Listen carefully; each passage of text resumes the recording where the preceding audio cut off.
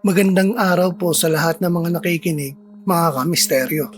Bago tayo magsimula sa ating kwento ngayong gabi, nais ko munang magpasalamat sa inyong patuloy na pagsubaybay sa channel na ito.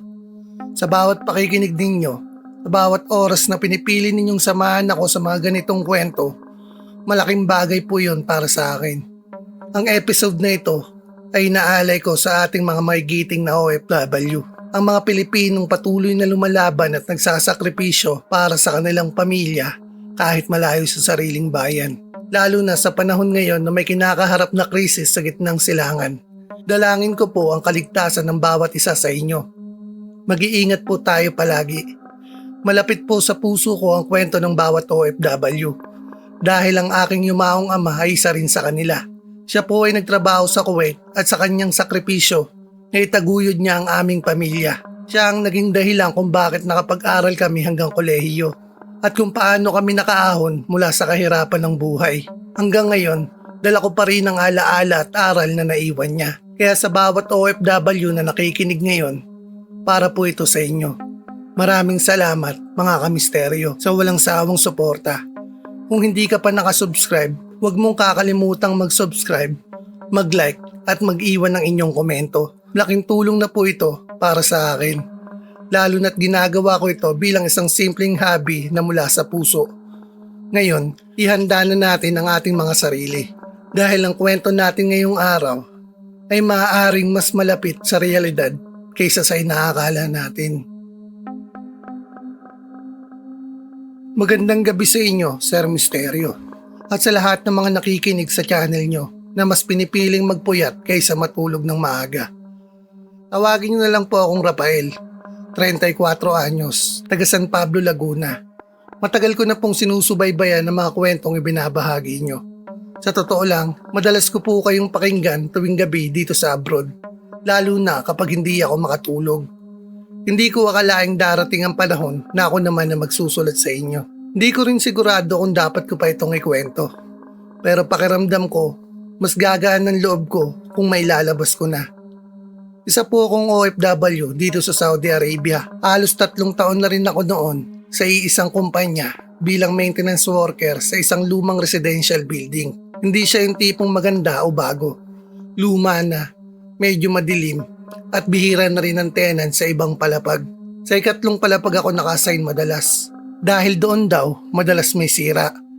Yung mga ilaw, yung mga tubo at mga aircon. Pero sa totoo lang, kahit walang sira, parang laging may dahilan para pakyatin ako roon. Noong una, wala naman ako napansin. Trabaho lang, uwi, pahinga. Routine lang. Pero may isang bagay na napansin ako habang tumatagal. May isang unit sa dulo ng hallway. Unit 307. Lagi siyang nakalak kahit anong oras, kahit anong araw. Pero may pagkakataon na parang may tao sa loob. Hindi ko agad pinansin. Inisip ko baka may tenant lang na tahimik. Pero ang kakaiba, wala akong nakikitang pumapasok o lumalabas doon. Kahit CCTV, wala ring record. Isang gabi, bandang 12:00, pinatawag ako ng supervisor ko. May reklamo raw na may tumutulong tubig sa 3 palapag. Dahil ako ang naka-duty, ako ang pinapunta. Tahimik ang buong building. Yung tipong maririnig mo pati sarili mong hakbang. Pag-akyat ko, sa 3 palapag, agad kong naamoy yung parabang basang lumang kahoy na may halong amoy amag. Sinundan ko yung tulo ng tubig hanggang makarating ako sa dulo, sa tapat ng Unit 307. Doon mismo nanggagaling ang tubig, pero ang kakaiba, hindi siya lumalabas sa ilalim ng pinto. Parang tumatagos sa mismong dingding. Tinry kong kumatok, walang sumagot. Tinawagan ko yung admin para tanungin kung may tenant ba doon. Ang sagot nila, matagal nang bakante ang unit na yon. Doon ako kinabahan, Sir Misterio. Pero dahil trabaho ko yun, kinuha ko yung duplicate key na nasa maintenance room at bumalik ako. Pagpasok ko ng susi, napansin ko agad na medyo mabigat yung pinto. Parang matagal nang hindi nabubuksan. Pagbukas ko, bumungad sa akin ng malamig na hangin. Hindi normal na lamig, yung parang galing sa aircon pero wala namang nakaon. Madilim sa loob, ang ilaw ay galing sa hallway pero sapat para makita ko na. Basa ang sahig, hindi tubig na malinaw. Medyo maitim, parang may halong tubig o kalawang. Dahan-dahan akong pumasok. Tahimik, walang kahit anong gamit, walang kama, walang lamesa. Halos bakante ang kwarto, Sir Misteryo. Pero sa gitna ng sala, may isang bahagi ng sahig na mas basa kaysa sa iba. At doon ko narinig, mahina lang pero malinaw. Parang may humihinga. Hindi ko agad pinansin. Iniisip ko baka hangin lang. Pero habang lumalapit ako, mas lumilinaw yung tunog. Parang may tao na hirap huminga. Tumigil ako. Wala namang tao. Pero ramdam ko may presensya. Bigla akong kinabahan nang maramdaman kong parang may dumaan sa likod ko. Mabilis akong lumingon pero wala. Doon ko napansin yung pinto. Kusa itong sumara. Walang hangin, walang ibang tao bukod sa akin. Dahan-dahan hanggang tuluyang sumara. Doon ako kinabahan ng todo. Sinubukan kong buksan ulit pero parang may humahawak sa kabila. Hindi ko maitulak at doon mas lumakas yung tunog ng paghinga. Hindi na siya mahina. Parang nasa loob na ng tenga ko. Kasabay noon, napansin ko na yung basang parte ng sahig. Parang gumagalaw. Hindi siya simpleng tubig. Parang may hugis. Unti-unti, parang may nabubuong anyo. Hindi ko may paliwanag kung ano yun.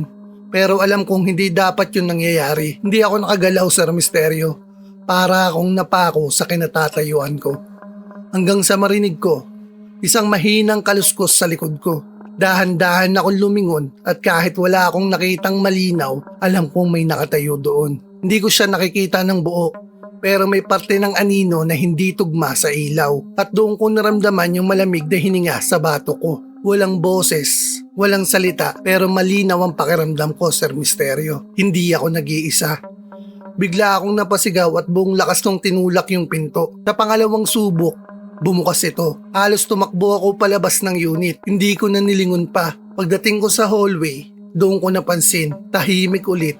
Walang tunog ng paghinga. Walang tubig na tumutulo. Parang walang nangyari. Kinabukasan, tinanong ko yung matagal ng guard sa building. Noong una, ayaw niyang magsalita. Pero nang piliting ko, doon niya sinabi. Matagal na raw may nangyaring insidente sa Unit 307. May isang OFW din daw noon, Pilipino rin katulad ko, nagkasakit, hindi agad napansin ng employer. Mag-isa lang siya sa unit hanggang sa doon na siya namatay. Ilang araw siya bago natagpuan daw, Sir Misteryo. At simula noon, may mga maintenance na raw na tumatangging umakyat sa ikatlong palapag dahil may naririnig silang humihinga sa loob ng bakanting unit. Simula noon, hindi na ako pumayag na ma-assign doon. Pero kahit lumipat ako ng ibang building, may mga gabi pa rin na nagigising ako dahil pakaramdam ko may humihinga malapit sa akin. At minsan, kahit nasa ibang bansa na ako ngayon, kapag tahimik ang paligid, parang naririnig ko pa rin siya. Mahina, pero malinaw. Salamat po, Sir Misteryo, sa pagbibigay ng espasyo para may bahagi ko ito. Hanggang ngayon, hindi ko pa rin alam kung ano talaga ang nangyari sa gabing iyon. Pero isang bagay lang ang sinisigurado ko.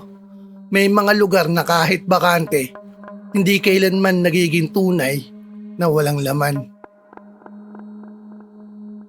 Magandang gabi sa inyo, Sir Misteryo, at sa lahat ng mga nakikinig sa channel ninyo na pinipiling samahan ng katahimikan ng gabi na mga kwentong hindi madaling makalimutan. Tawagin niyo na lang po akong Marian, 29 anyos. Sa Bacolod City po ako nakatira. Ilang buwan ko na pong pinapakinggan ng channel ninyo.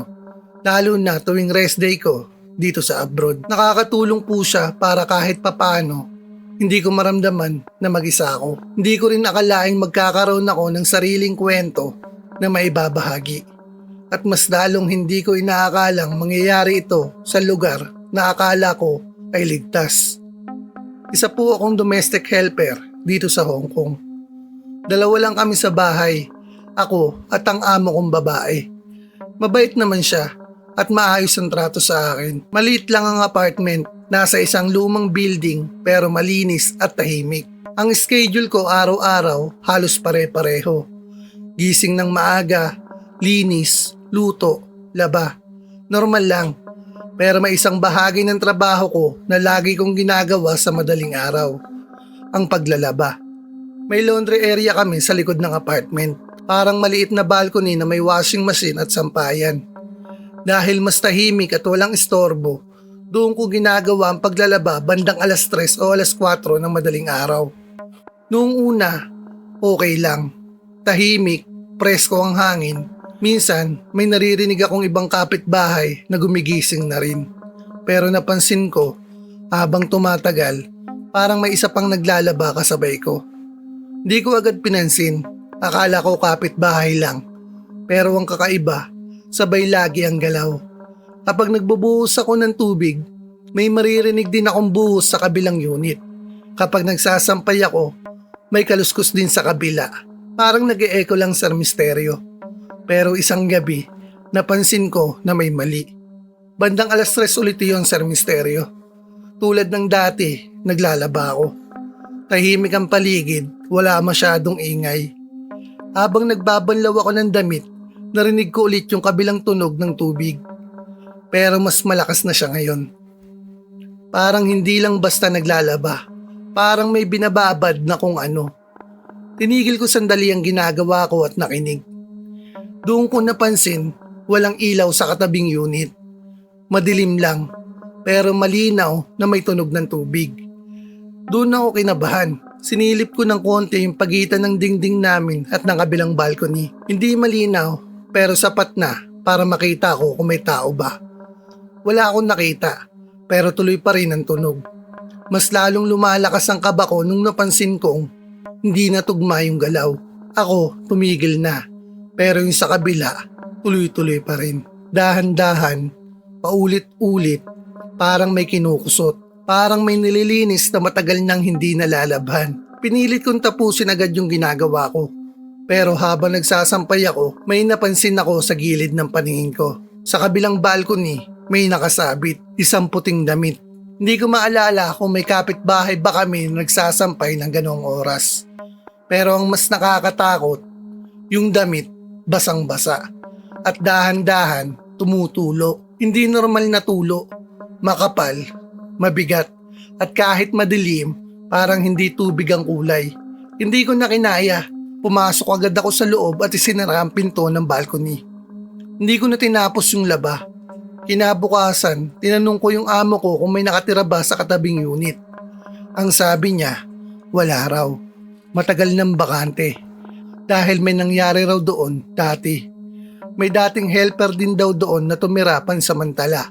Ayon sa chismis sa building, madalas daw siyang naglalaba sa madaling araw. Di raw siya mahilig makihalubilo. Tahimik lang.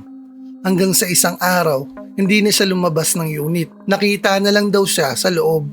Wala ng buhay at nag-iisa. At ang pinagtataka ng lahat, basang-basa raw ang buong balcony. Parang halos nilabahan ng buong unit. Para lang may tago ang mga ebidensya ng kanyang pagkasawi.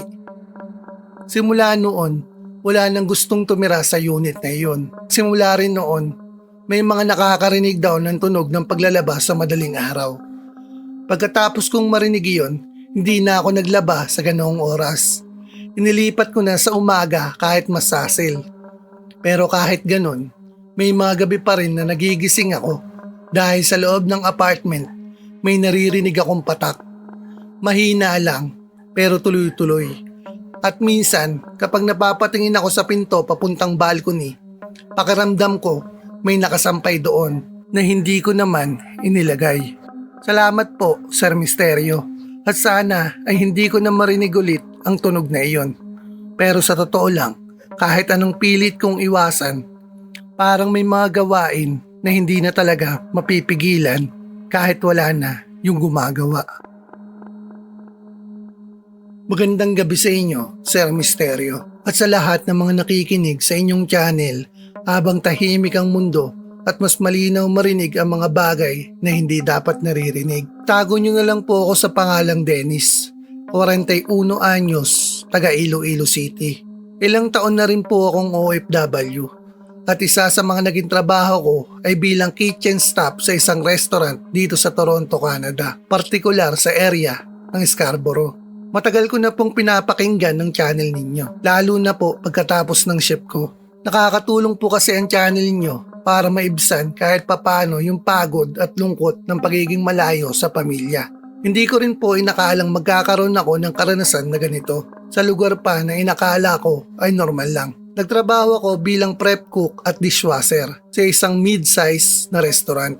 Hindi siya fine dining pero busy, lalo na kapag weekend. Ang trabaho ko, ako ang naghahanda ng mga rekado, naghihiwa ng gulay, nagmamarinate ng karne, at minsan ako rin ang naka-assign sa dishwashing kapag dagsa ang order. Ang schedule ko madalas ay closing shift, 2 p.m. hanggang madaling araw.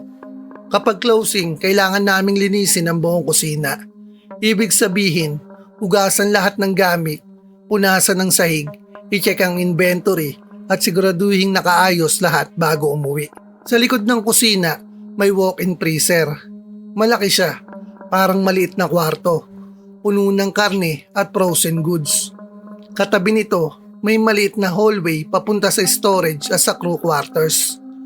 Isang maliit na pahingahan para sa staff. May lumang sopa at isang ilaw na madalas kumikislap-kislap pa. Doon kami minsan nagpapahinga kapag break. Noong una, wala naman ako napapansin. Pero habang tumatagal, may mga bagay akong napapansin tuwing closing shift. Lalo na kapag ako na lang ang natitira sa kusina. May mga pagkakataon na habang naguhugas ako ng plato, may naririnig akong kaluskos mula sa hallway papunta sa freezer. Parang may naglalakad.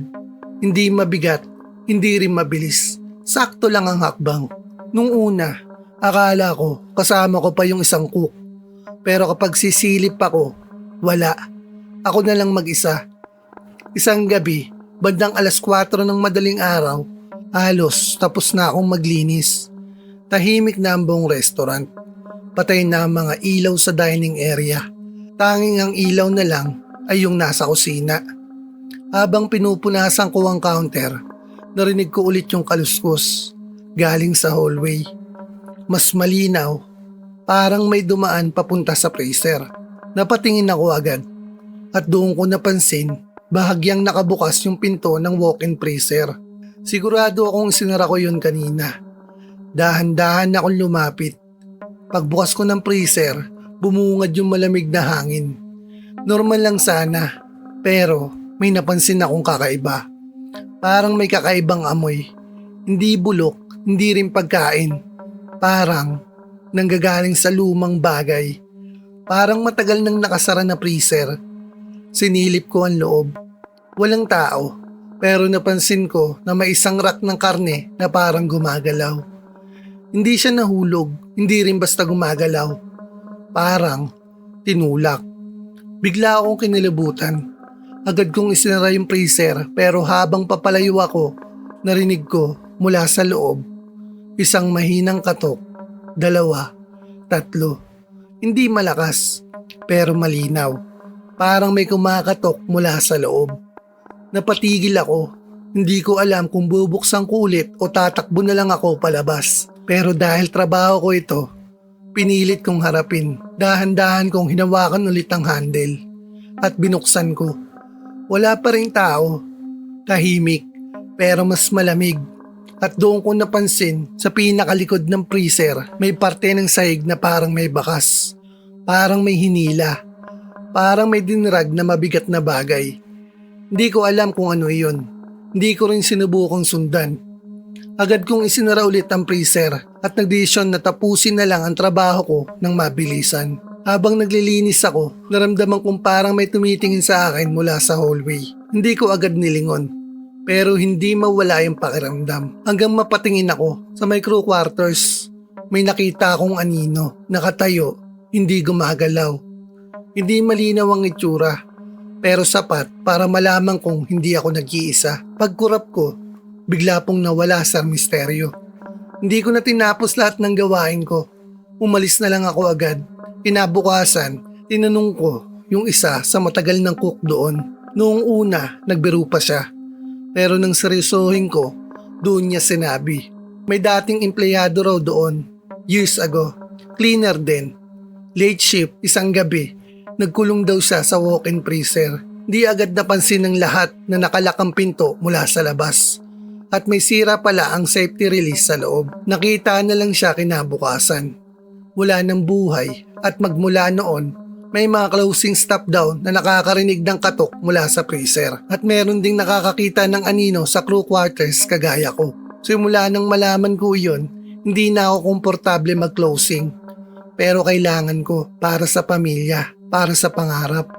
Hanggang ngayon, tuwing napapadaan ako sa freezer, hindi ko maiwasang makinig. Kung may maririnig ba ulit akong katok. At minsan, kapag tahimik na ang kusina, pakiramdam ko may naghihintay sa loob, hindi para lumabas, kundi para may magbukas. Hanggang dito na lang po ang storya ko, Sir Misterio. More powers po sa channel nyo at sana po mapakinggan ko po itong kwento ko sa channel nyo. Magandang gabi po sa inyo, Sir Misterio. At sa lahat na nakikinig sa channel ninyo, habang ang mundo ay tahimik at ang isip ay mas bukas pa sa mga bagay na hindi madaling ipaliwanag. Ako po si Lorna May, 36 anyos. Nakatira po ako dyan sa Pilipinas sa Cabanatuan, Nueva Ecija. OFW po ako sa Osaka, Japan. At nagtatrabaho po ako bilang caregiver sa isang maliit na private elderly care facility sa area ng Sakay City. Matagal ko na pong pinapakinggan ng channel ninyo. Lalo na tuwing pahinga ko pagkatapos ng night duty. Hindi ko po akalain na may maibabahagi rin akong ganito. Dahil sa tagal ko sa trabaho, akala ko sanay na ako sa lahat. Sa facility kung saan ako nagtatrabaho, dalawa lang kaming naka-duty tuwing gabi. Pero may mga pagkakataon na ako lang mag-isa. Lalo na kapag may nag-leave o nagkasakit ang kasama. Ang trabaho ko ay detalyado at paulit-ulit. Pag-check ng vital signs ng mga pasyente, pagpapalit ng diaper, pagmamonitor kung may gumigising o naliligaw sa gabi, at paglag ng bawat galaw sa system. May tablet kaming dala kung saan nakarecord ang bawat pasyente. Kumpleto ang pangalan, kwarto, kondisyon at schedule ng medication. Tahimik ang lugar tuwing gabi. Halos lahat ng pasyente ay tulog na. Maliban sa iilan na may demensya na minsan ay naglalakad sa hallway. Noong una, normal lang ang lahat. Hanggang sa isang gabi, ako lang ang mag-isa sa duty. Mga bandang 2:00 ng madaling araw yon, Sir Misterio. Nagsimula akong mag-round. Isa-isa kong chinek ang bawat kwarto. Room 101 hanggang 110 sa ground floor. Tapos 201 hanggang 210 sa second floor. Habang naglalakad ako sa second floor, napansin ko na parang may ilaw sa dulo ng hallway sa may room 212. Napahinto ako dahil sa pagkakaalam ko hanggang room 210 lang ang ginagamit. Yung 211 at 212 nakalak at hindi operational. Ginagamit lang daw iyon dati pero isinara na. Inisip ko baka nagkamali lang ako ng bilang pero habang lumalapit ako mas malinaw yung ilaw. Maliwanag, mahina lang, parang galing sa loob ng kwarto. Kinabahan ako, pero kailangan kong i-check. Pagdating ko sa tapat ng room 212, napansin kong bahagyang bukas ang pinto. Doon pa lang, mali na. Dapat nakalaki yun. Dahan-dahan kong itinulak ang pinto. Tahimik lang ang loob, Sir Misterio. May isang kama, may kortina, at may nakahiga. Isang matandang babae, nakatagilid. Hindi gumagalaw. Akala ko bagong admit lang. Pero hindi ko maalala na may bagong pasyente. Lumapit ako, sinubukan kong silipin ang mukha niya at doon ko nakita, maputla pero parang normal lang. Para po siyang tulog, Sir Misterio. Sinubukan kong i-check ang pulse. Mahina pero meron. Doon ako naguluhan dahil kung may pasyente, dapat nakaregister siya sa system. Kinuha ko ang tablet ko. Hinanap ko ang room 212. Wala talaga, Sir Misterio. Hanggang 210 lang talaga. Sinubukan kong i-refresh. Wala pa rin po talaga. Doon na po ako kinabahan. Bumalik ako sa kama pero habang papalapit ako, napansin ko na nakabukas na ang mata ng matanda. Diretso siyang nakatingin sa akin. Hindi kumukurap, hindi gumagalaw. Napatigil ako. Hindi ko alam kung ano ang gagawin. Wala siyang sinasabi, wala siyang ekspresyon, pero yung tingin niya parang may hinihintay. Hindi ako sanay matakot sa pasyente, pero iba ito. Sinubukan kong umatras, pero habang ginagawa ko iyon, napansin ko, hindi na siya nakahiga sa parehong posisyon, bahagyang nakaupo na siya. Hindi ko nakita kung paano, hindi ko narinig, pero nagbago ang pwesto niya at doon ko napansin May suot siyang ID band. Kinuha ko ang lakas ng loob ko at sinilip iyon. Walang pangalan, wala ring numero, blanco lang po Sir Misterio. Doon na ako tuluyang kinabahan. Umalis ako agad ng kwarto at isinara ang pinto. Hindi ko na siya nilingon. Buwaba ako sa nurse station at tinawag ang on-call supervisor. Pagdating niya, sabay kaming umakyat. Pagbukas namin ng room 212, wala namang tao. Wala na rin yung kama at wala ring ilaw. At nakalak ang pinto mula sa labas. Parang hindi yung binuksan. Hindi ako nakapagsalita agad. Pero sinabi ko ang lahat ng nakita ko. Tahimik lang siya. Pagkatapos, sinabi niya na wag ko na raw isipin iyon at iwasan ko na raw ang dulo ng hallway kapag mag-isa ako. Pero bago siya umalis, may sinabi siya na hindi ko makalimutan. Na dati raw, nung operational pa yung room 212, may isang pasyente raw doon na matagal nang nakahiga. Walang pamilya, walang bumibisita.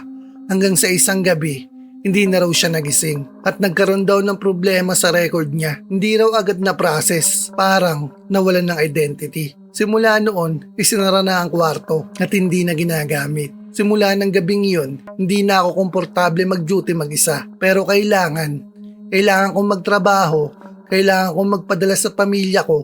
Hanggang ngayon, kapag napapadaan ako sa second floor, iniiwasan kong tumingin sa dulo. Pero minsan, kahit hindi ko tinitignan, pakiramdam ko may nakahiga pa rin doon at naghihintay na may mag-check ulit ng pulse niya kahit hindi naman siya kailanman naka-record pa. Hanggang dito na lang po ang kwento ko, Sir Misterio. Pa-shoutout po sa mga kamag-anak ko dyan sa Nueva Ecija. Mag-iingat po kayo palagi at aabangan ko po itong kwento ko sa inyong channel.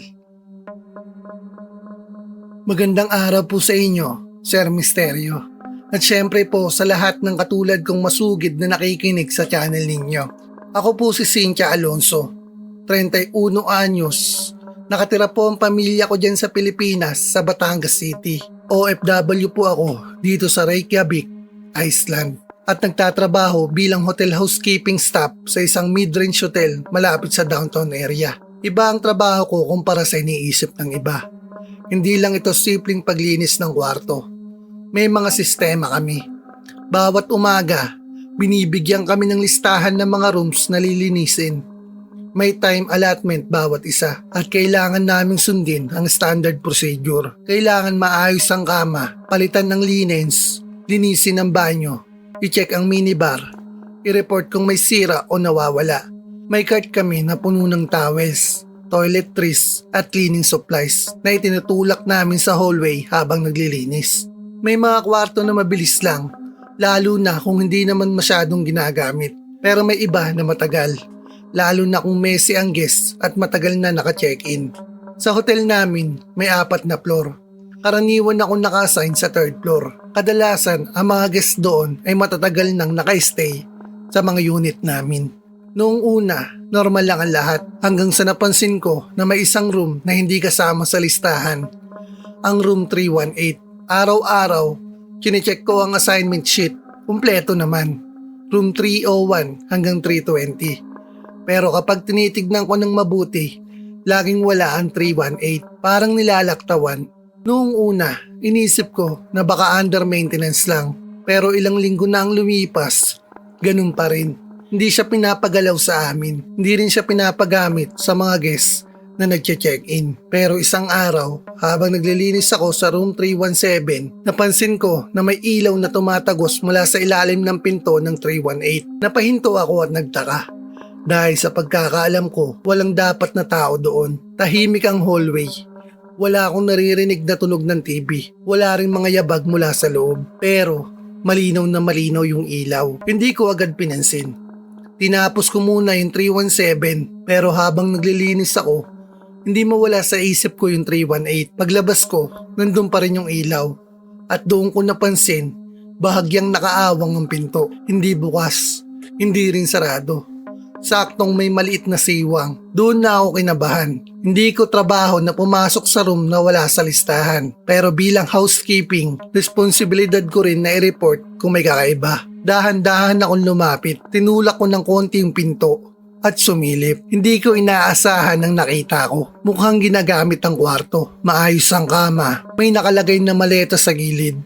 may sapatos sa tabi ng kama at may nakasabit na coat sa may hanger. Parang normal na may guest, pero wala sa system. Hindi ko alam kung papasok ako o aalis na lang. Pero habang nakasilip ako, napansin ko may reflection sa salamin sa loob, nakatayo sa likod ng pinto. Hindi ko agad naintindihan, pero habang tumatagal, mas naging malinaw. May tao nga sa loob, nakatayo. Diretso ang tingin sa pinto kung saan nakasilip ako. Hindi ako gumagalaw. Hindi ko alam kung ano ang gagawin. Hindi rin siya gumagalaw. Walang ekspresyon ng mukha niya. Parang hinihintay lang ako. Bigla akong umatras at isinara ang pinto. Hindi ko na sinubukang buksan ulit. Agad akong buwaba sa reception at tinanong ang front desk kung may guest ba sa room 318. Tinignan nila ang system. Wala naman daw. Hindi raw active ang room na iyon. Matagal na raw iyon nakablock sa system. Dahil may naging issue raw dati. Hindi nila dinetalye, pero sinabi nila na wag ko na raw isipin at wag ko na raw lapitan ang room na iyon. Simula noon, iniwasan ko na ang parting iyon ng hallway.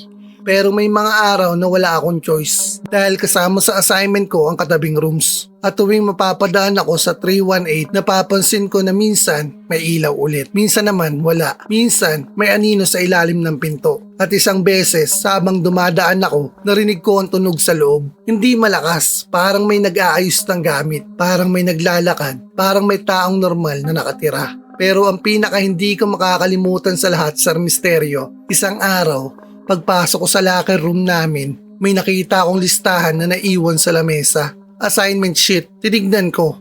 Pareho lang ng usual, pero sa pagkakataong iyon, nakasulat ang room 318. Walang pangalan, wala rin namang note, basta nakalagay lang siya sa listahan, kasama ng ibang rooms. At sa tabi nito, may checkmark, parang may nakapaglinis na. Hindi ko alam kung sino, wala sa amin ang nag-claim at walang gustong umamin. Simula noon, mas lalo akong kinabahan dahil ibig sabihin nun, kung may naglinis doon, hindi namin alam kung sino. At kung may nakatira doon, hindi rin namin alam kung paano siya nag-check-in. Hanggang ngayon, nagtatrabaho pa rin ako sa nasabing hotel na ito. Pero may isang bagay akong hindi ginagawa. Hindi ko kailanman binubuksan ang room 318. Kahit may ilaw pa sa loob, kahit may marinig pa akong galaw, dahil pakiramdam ko may mga kwarto na hindi talaga para sa bisita, kundi para sa mga bagay na hindi kailanman nag-check out. Hanggang dito na lang po ang istorya ko, Sir Misterio. God bless po sa inyo at sana po may bahagi niyo po ito sa channel niyo.